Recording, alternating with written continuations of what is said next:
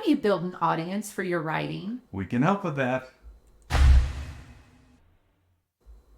Hello and welcome to the Writing Momentum Podcast. I'm Christopher Maselli. I'm here with my wife, Gena. How are you doing, Gena? I'm doing good. How are you? I'm doing good. We're going to talk about a topic that we like today a lot. We like it a lot. We're continuing our series about how to give your writing momentum. And today we're talking about building your audience now. And here's the key. Before you even have your book written, before you have a following, start laying the groundwork for building your audience now.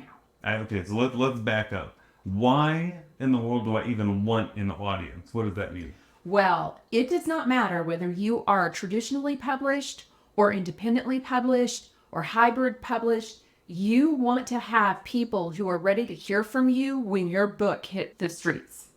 When your book is ready to be published, you want to have people who are already, they know who you are, and they're excited about your project. Yeah, if you have any question at all whether there are people out there excited about what you're doing, know that there are. I mean, this is a big world, right? And we are in a unique time where we can find each other. So if there is some specific topic that you're writing on, all you have to do is just let it be out there in the world, and the people who like that same thing that you're writing about, they'll find you. But you have to put yourself out there, right? Yeah, You can't just expect them to find you without letting them know that it's available. Yeah, there was that old Field of Dreams movie that said, if you build it, they will come. Right. That is not the way it works. You need to build it, but you need to lay that foundation, like what I was talking about, in order for people to find you, to already kind of be familiar with who you are as an author and be excited about your project. You want to start building that foundation now, regardless of whether you have anything published, just so that you're ready when that happens. And here's the thing, Chris, I wanted to point out is that I think sometimes we can get captured by these big numbers, right? Mm-hmm. We think about, who cares about me? I don't know anything. They don't know me. Who's going to even want me? I don't have huge numbers on my social media. I don't have a huge newsletter following. Yeah, I need thousands of people following me. Thousands of people following. That's not really true. That's not necessarily true. It's great if you have a large following, if they are actually fans and care about your work. Now, if they're just freebie kind of followers who are following everybody, or somewhere along the way you offered some giveaway and they clicked a like button and they don't really know, they're not really invested, that's not what you're wanting. It would be better for you to have a smaller number of followers than to have a huge number of people who follow you, but they don't really care. Have you ever driven through your town and seen some of these niche stores that are, they got little storefronts, and you think, how in the world do they stay in business? Like, there are not enough people in my town to keep that place in business, right? I've thought of that often with several places that we pass, but here's what they have discovered. A lot of those stores have discovered that all they need are a certain amount of loyal people to keep them in business and to keep them healthy and growing, right? So they be sure that they cater to those people, offer what those people want, and then the store can thrive. Well, it's the same way with your book. If you have a certain topic that you're talking about, you don't need to have tens of thousands of followers. We know people who have very small mailing lists, who have very small audiences, but they're very loyal. And because of that loyalty, they're willing to buy every book that author puts out, and that's what keeps them going. Exactly. So let's talk about, we talked about why you want your audience, why you want to find an audience. You want people who are excited when your book finally hits the shelves. But let's identify who your audience is. Well, so this is something you have to figure out, right? You have to ask yourself, who would buy your book? And too often, our answer is, everyone would love it, right? I'm writing a picture book, and I know that kids will like it, like young kids. I know that older kids will like it. I know that teenagers would love reading, even adults would love reading this book. It's so fabulous. And you know what? You're probably right. But what you've got to do is you've got to find out who's the exact audience for that book. Who would truly be buying your book? What are they interested in? Because then once you find out who they are, then you can locate them. So in my example for the picture book, who's the true audience? You might say, well, it would be 4 to 6 year olds, right? What good does that mean? No. 4 to 6 year olds don't buy books. 4 to 6 year olds are given books, right? So who's your true audience? It's probably the mother of that 4 to 6 year old, or a grandmother of that 4 to 6 year old that would be buying that book. And once you're able to identify that, then you can say, okay, what's their age? What's their gender? What's their location? What's their interest? What are their pain points? And that's the audience for your book. Exactly.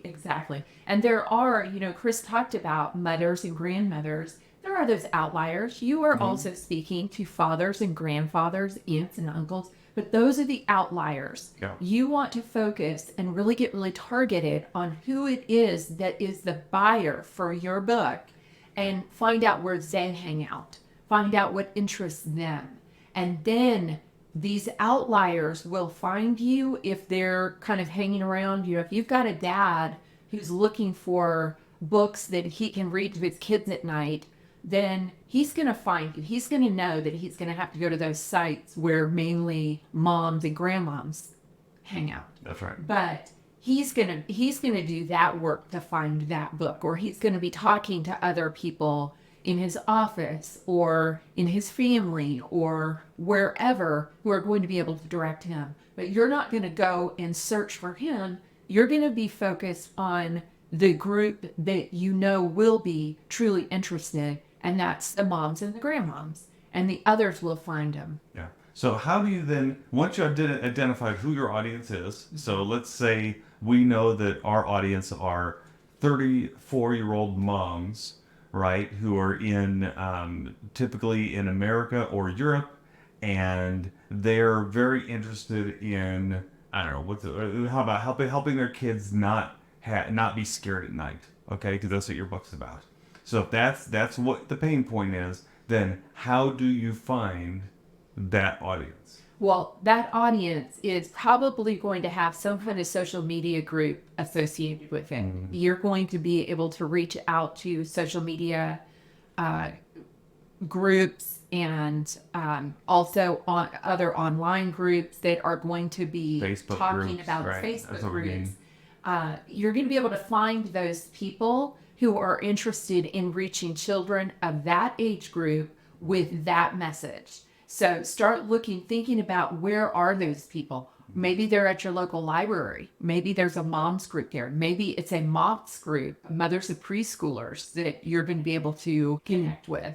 Look and think about, where are my people hanging out, either online or in person. And then what you want to do is you want to go hang out with them, right? So if you find out that there's an online group or an in-person group of people who are interested in that very thing, then go ahead and join that online group. Start making posts, not posts of promotion, posts where you're contributing to the group. Respond to people's questions, respond to people's thoughts in the book, and get conversations going. And as you do, you become an authority in that group, right? You become someone that people know they can trust, someone who people know has a valuable opinion.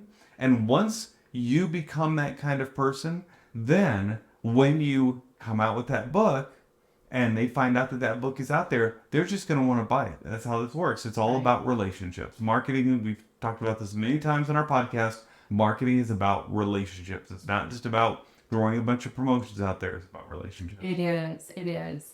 So you want to be, like Chris said, you want to be active in them. You want to start talking about the issues that those people care about in your own posts. You also want to maybe start a newsletter. Even if your newsletter starts with 10 people, you want to have that there. You can also, in your social media, your property, and where there's the information about you, or you have your favorite links, things like that.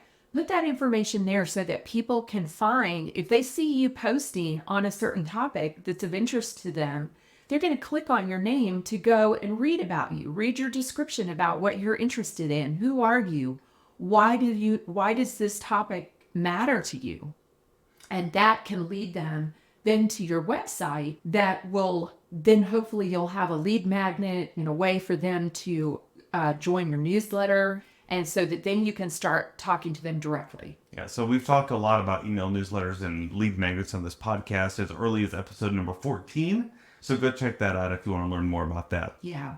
The biggest takeaway we want you to have from this is that we want you to start doing this now. And you say, well, I don't have my book published yet. No, now's the time to start. Now's the time to start building those relationships and getting people interested in what you're doing so that when your book comes out, you have someone to sell it to. Yeah, there is nothing sadder to me for authors than when I hear that they have published a book and they publish it and they say, and you ask them, what is your marketing strategy? And they say, oh, I don't know. I don't have one.